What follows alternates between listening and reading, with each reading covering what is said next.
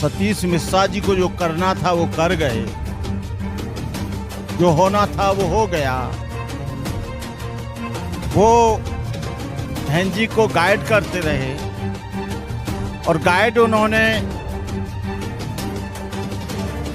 BJP के इशारे पर और आरएसएस के इशारे पर किया। कभी उनको ईडी का डर दिखाया, कभी झूठे मुकदमों का डर दिखाया, कभी उनको अन्य तरह से डर दिखाया और बहन जी को इतना डरा दिया उस आदमी ने कि बहन जी ने अपने समाज से भी मिलना जुलना बंद कर दिया। और बीजेपी ने सतीश मिश्रा जी से कहा कि ये जिम्मेदारी तुमको दी जाती है, किसी भी तरह से इस दलित और पिछड़ा और अल्पसंख्यक का जो गठजोड़ है, इसे यदि आपने तुड़वा दिया तो हम आपको बहुत बहुत धन्यवाद।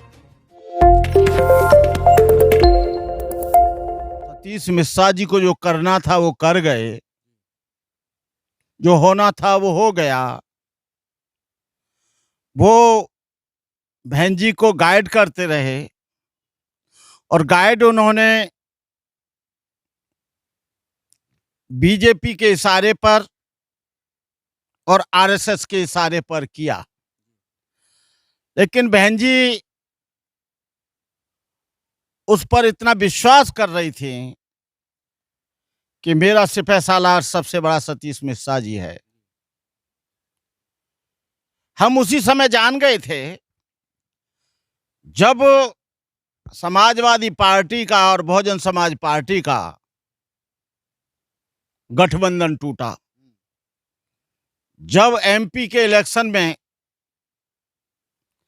जो संसद का पिछले वर्षों में जो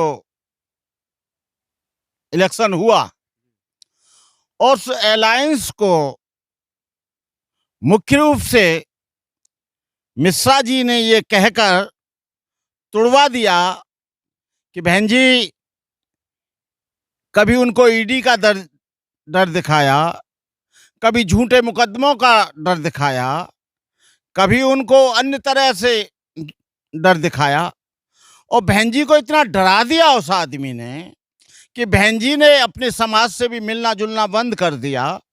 बहन जी उन लोगों की पीड़ा को भी सुनना बंद कर दिया जिन लोगों पर जुल्म और अत्याचार होते थे। मैं बहन जी की इसमें गलती नहीं मानता, लेकिन सतीश मिश्रा जी ने उस अलायंस को तुड़वाया और बीजेपी ने सतीश मिश्रा जी से कहा कि ये जिम्मेदारी तुमको दी जाती है, किसी भी तरह से इस दलित और पिछड़ा और अल्पसंख्यक का जो गठजोड़ है, इसे यदि आपने तुड़वा दिया तो हम आपको बहुत बहुत धन्यवाद देंगे। और बहन जी ने उसके विश्वास में से तोड़ लिया। जो हमारी 0 सीट थी एमपी की, वो हमारी 10 सीट पहुंच गई, 10 सीट जीत गए। और समाजवादी पार्टी की जो 5 थी, उनमें भी वो अपने घर की सीट हार गया, 3 कहीं दूसरी जगह से आई। यदि ये अलायंस आज विधानसभा में होता तो मेरा ये कहना है कि ये जुल्म नहीं होता, अत्याचार नहीं होता।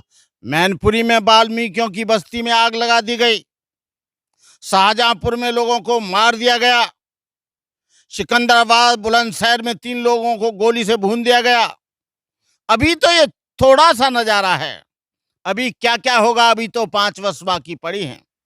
बहन जी आप तो बहुत से कमांडो के बीच में रहती हैं, आपके भाई भी सुरक्षित स्थानों पर रहते हैं, आपके भतीजे भी सुरक्षित स्थानों पर रहते हैं, लेकिन उन लोगों का क्या होगा जो बिना दरवाजे के झोंपड़ी में रहते हैं?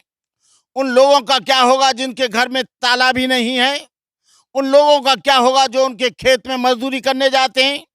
उन लोगों का क्या होगा जो गांव में थोड़ी थोड़ी संख्या में रहते हैं? उन लोगों का क्या होगा जो लोग गांव के बीच गांव में रहते हैं जहां पर कोई भी सुरक्षा का साधन नहीं है? मैं इस बात के लिए जो आज दलितों पर जुल्म हो रहा है, मैं मुख्य रूप से 3 लोगों को मैं जिम्मेदार मानता हूं। एक तो बामसेफ के बामन मेश्राम को, दूसरा चंद्रशेखर आजाद को, तीसरा बहन जी को। ये लोग यदि एक जगह हो जाते और इनका वोट नहीं बढ़ता, ये सब लोग आपस में लगे हुए हैं, आपस में ही लड़ रहे हैं, इसलिए समाज की पिटाई और कुटाई शुरू हो गई है। अभी केवल ऑफिसों में भी होगा, अभी केवल कार्यालय में भी होगा, अभी स्कूलों में भी होगा, अभी गांव में भी होगा, शहर में भी होगा। कहीं कोई मूंछ रखा जाता है तो मूंछ रखाने वाले नौजवान को पाली में मार दिया गया। कोई घोड़ी पे चढ़ता है तो घोड़ी पे उतार के घोड़ी को भी मार दिया जाता है। कोई मंदिर में जाता है तो वहां भी पिटाई हो जाती है। कोई यदि होली में बगल में खड़ा है तो होलिका में जो जलती हुई लौ है उसमें डाल दिया जाता है। अभी कई जगह ऐसा हुआ है कि किसी सवर्ण की बगल में कोई दलित खड़ा था और उसको धक्का मार के वो 70% जल गया। ऐसा पिछली साल भी हुआ था, इस साल भी हो रहा है। मेरा कहने का मतलब ये है कि बहन जी, आपको जहां जहां जुल्म हो रहा है उस स्पॉट पर अपनी जिंदगी की बेचिंता किए हुए आपको जाना चाहिए। आपको इस बात के लिए परवाह नहीं करना चाहिए।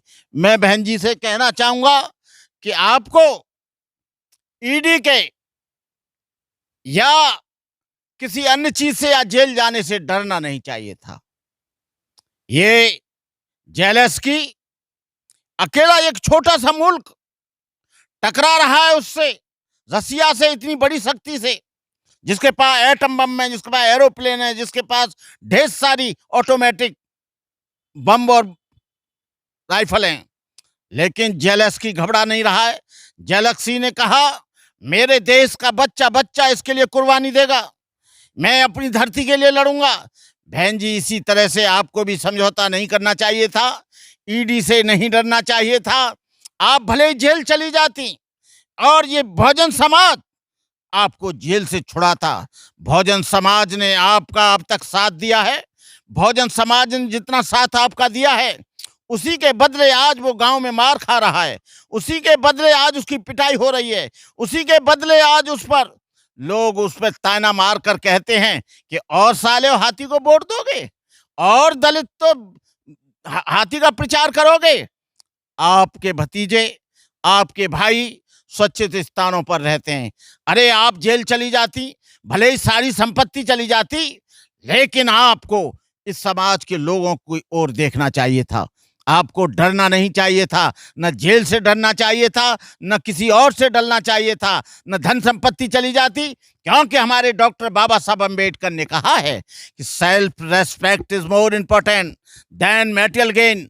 Our struggle for self respect. हमारी लड़ाई धन दौलत की नहीं है, हमारी लड़ाई कुर्सी की नहीं है, हमारी लड़ाई सत्ता की नहीं है, हमारी लड़ाई आत्मसम्मान की है, हमारी लड़ाई स्वाभिमान की है, हमारी लड़ाई बहन बेटियों की रक्षा की है, हमारी लड़ाई ऊंच नीच की से लड़ने की है, हमारी लड़ाई इस देश में सामाजिक समानता की है। हाँ।